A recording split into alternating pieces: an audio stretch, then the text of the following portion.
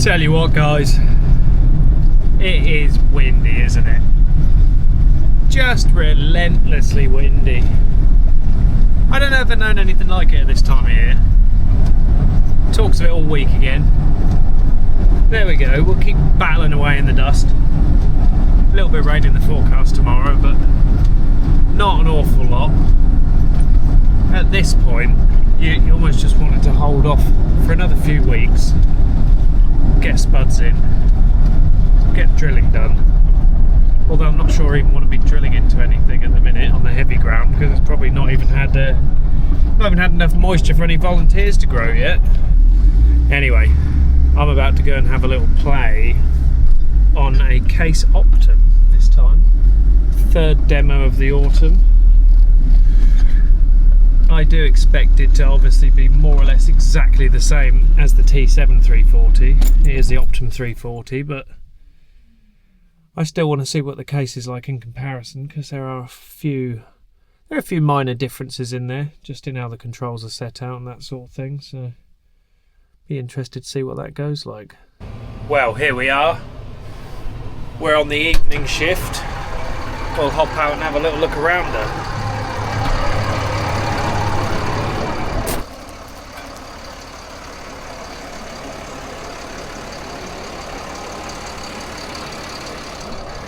This one's on 710s and, what are they, 650s on the front?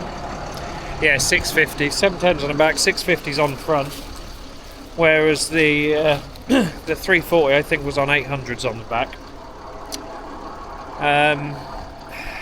What to say really? I do like it. Tell you what I like about it. I like the difference in controls inside it. They're just a little bit nicer to use in there. A little bit more nicely set out. I tell you what I do like, which isn't really related to the tractor, but this weight box, which is a Cherry Products weight box. I haven't seen one of these before because we haven't needed to buy a weight box for some time, but if you go in here, lift that up inside, in this, from about here to here, there is a 1 ton weight in there, which you can, tell you what, let me just take this clip off and I'll show you. So there's a 1 ton weight in here which you can just lift out with a set of pallet tines. That is a great idea, because there are certain operations that we do, such as sugar beet drilling, where you could put this on and just use it as a box, have your spare seed in the front when you don't need the weight in there. So I really like that. Nothing to do with the fact the tractor's a case or anything, it just is what it came with. Anyway, let's jump back inside and have a little look.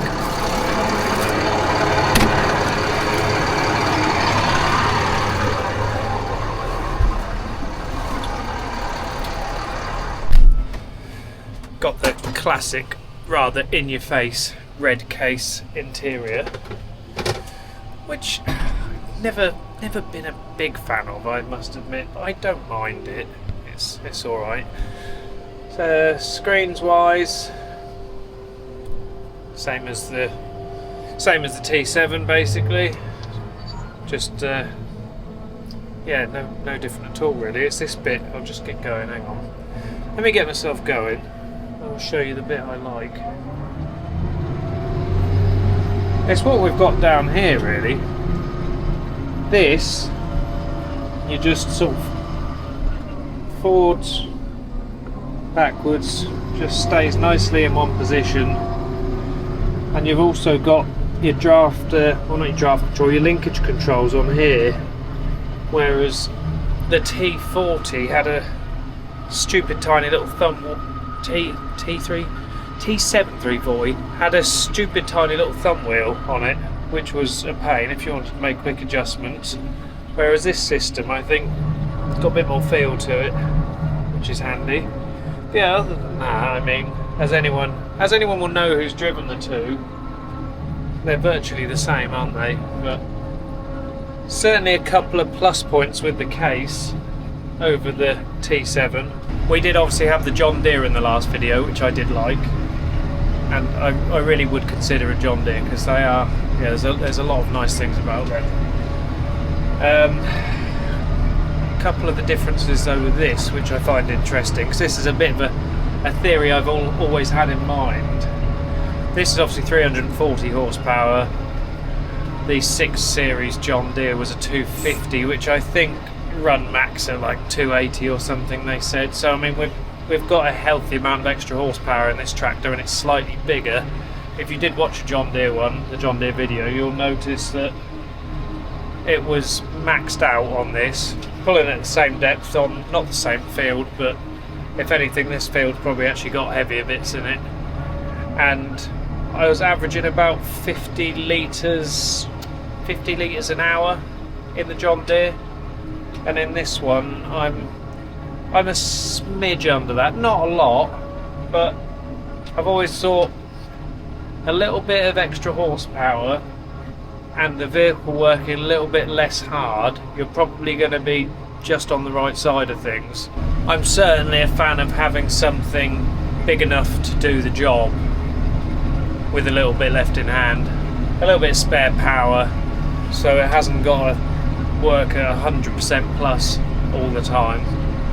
One thing I do love about all modern tractors now is how good the lights are. They are fantastic, aren't they?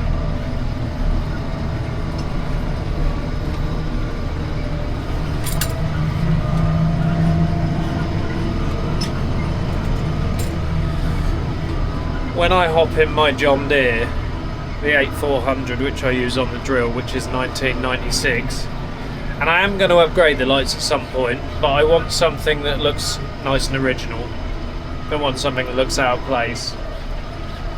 But it really is like having candles, isn't it, compared to the modern tractors now. But yeah, not too much left to do in this field now.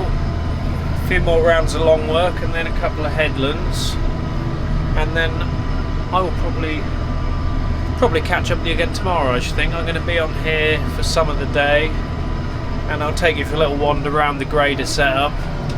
We've been getting ready for potatoes. There's a few jobs we've been doing the last couple of days I haven't had a chance to film, but we'll have a little wander around and I'll show you what I've been up to. Just been pretty flat out really. Had a weekend away this weekend to go to a friend's wedding, so sort of playing catch up, and time is disappearing quickly with Spuds coming up on Monday the 22nd. So yeah, I'll crack on and get this done this evening, and tomorrow I'll show you what we've been up to the last few days getting ready for Spuds. Well, this morning's conditions are giving us a little bit more of a test. It started raining probably about 5 o'clock this morning, I think. We're a little bit more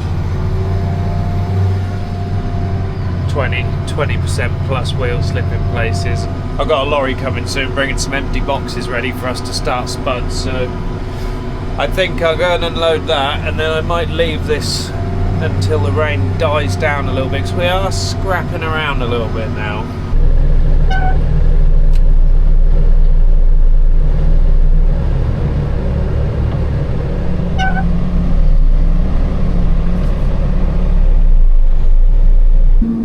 Well, that's one load of boxes unloaded. One more now coming, and that'll be about 100 in the yard, which will be enough to get us started. Load number 2. Here we go then. Good heap of boxes there to make a start. Grading equipment is all out and more or less ready to go. Everything runs successfully. So that will probably be the case until we fire up on Monday morning and something's decided doesn't want to work. But for the time being, it's all working. And the case is sat there, all washed down and finished with.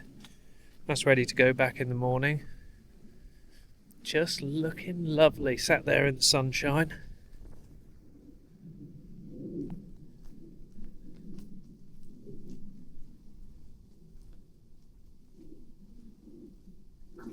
What a peach. Other than that, got to get the front screens out of both the trailers and the rollover sheet bar. Put these wheels away, move that old forklift out of the way, because these are all in the way of the reversing area to get onto the grader. And to be honest, well, one roller to do on the front web of the Grimmy, and then I think we're more or less there. Got one little hedge cutting job I want to do before we take the hedge cutter off as well. About an hour's work or so. Job's a good one. I do like this feature as well. This isn't a new feature on tractors, but I haven't got anything with this on. You can configure that button to any one of your spool valves. So when we're dropping this machine off, you want to get it nice and level so it's not putting too much strain on the front stand. So I can just put that on the back wheels, and then obviously you got your front hitch control on here anyway. Just get it all sorted just from standing behind the mudguard. Just nice little convenient things like that makes life easier, doesn't it?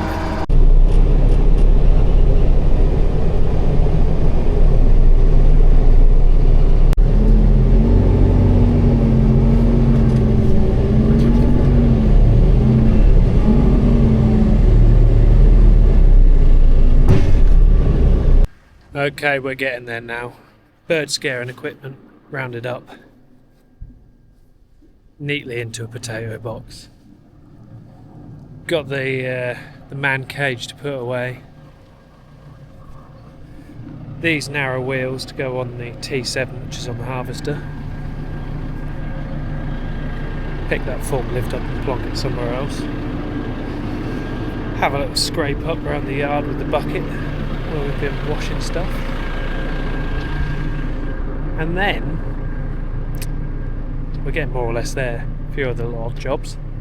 So I will probably check back in with you over the weekend when we will hopefully go and get a trailer or two on wheels, so we've got something to run through the grader on Monday morning.